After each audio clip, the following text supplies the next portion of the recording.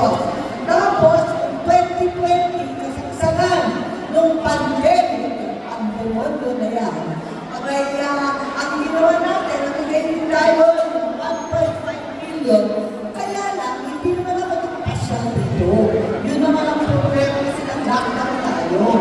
At meron din ako, para sa 2023, baka alam na niyo, ito yung 20 million road construction na hinihingi ko para sa Subon Allen Road.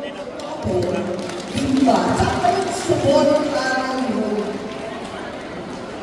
Merong 20 million na pinalagay ni Doc Oli at kinuha, nilagay namin sa budget. 20 million. Okay ba yun?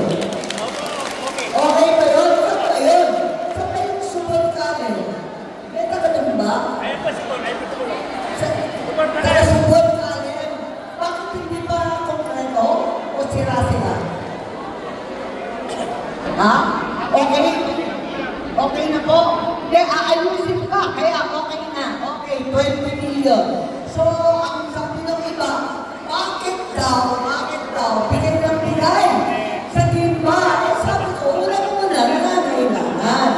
Ikalawa, may paborito talaga sa buhay. Hindi talaga patay-patay ng mga pag-iisang tayo. Paborito, ang gagaling bumoto.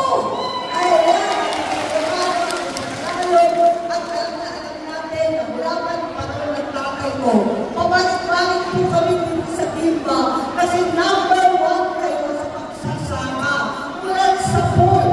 Ang kasi nang gagaling dito, ang lahat ng project na panahon nagsimula dito noong 1960s, yung mga Miracle Rise, yung mga Zagana 99, ako yung mga seniors natin tumatamo, yung mga bagets hindi na mga pag-relate. Noong 1970 po, may mga kasama na binigyan ng titulo sa PD 27, itong Non-Reform Act. Kaya nagtanong pa ang maraming pamilya. Ganun din, nagtatag ng ating campus at Central Luzon State, CLSU. Matapos yun, nagkaroon din tayo ng mga irrikasyon sa Pagtabangan at sa iba't ibang lugar. Pabalik-balik po kami dito, baka ako. Kaya, naging habit na po namin, talagang na pabalik-balik. Kaya sana hindi kami magsawa at tuloy-tuloy ang tulo. Magsaka na, kakadak, kayo itang aldaw, timba, kaya talagang tuwa-tuwa ako kapili kayo lahat, bago lahat, ang aming utang na loob sa inyo. Sa walang tigil, nagsuporta, pagkilig at pagmamahal ng taong bayan ng timba sa aking pamilya. Nag-support, susunod po kayo. Mula noon hanggang ngayon, matas pa rin ang timba. Maraming salamat sa inyo lahat. Tunay na pagmamahal na hindi lang mamahal ng kailanman. Daradana ko, tulad ng sinabi ng ama ko, ang tulong sa tao ay diretso ko na. Kaya diretso na po, ibibigay yung 3,000 piso sa 1,000 beneficiaries.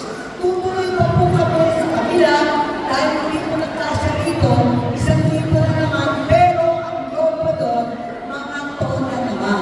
Kaya nagmamadali po kami at bawal ang masakyan sa buong timba. Kaya, maliban yan, nagkaroon ang ating Nutri-Box. Meron siguro sa inyo nakatanggap doon, ng tatay ko, nung malalaking tinapay sa elementary. Naalala po ninyo? Kami kasama pang dapat. Ano pa ang pangalan? Nutri-Ban. Ayan. Kaya nagdala po ako ng Nutri-Ban at sana mapagpagay ang ating mga anak na lubang silang matatalino at tamang. Sa inyo lahat, ano man ang problema, marami pa rin hapon para sa atin. Ngunit naniniwala akong may solusyon.